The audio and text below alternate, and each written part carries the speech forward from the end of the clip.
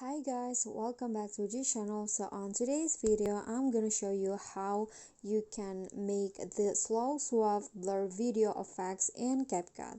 So the video will look like this, and it actually has Sam Smith song Unholy, but I'm going to just mute it because I don't want to get copyrighted. And here I'm gonna show you how you can make the video. So here you can just open CapCut and then head to template, and in here just go to the search column and type in slow suave. Okay, and this options will appear and you can just go to the slow suave template,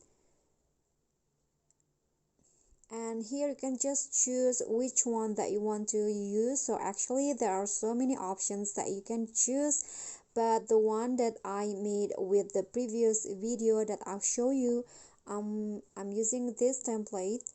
So the video later will look like this, and you can just click on use template and choose the video that you want to add to the template. For example, I want to add this one, and then just click on next, and the effects will be loading, and after that you can just save your video, and the example will be like this video that I've shown you before.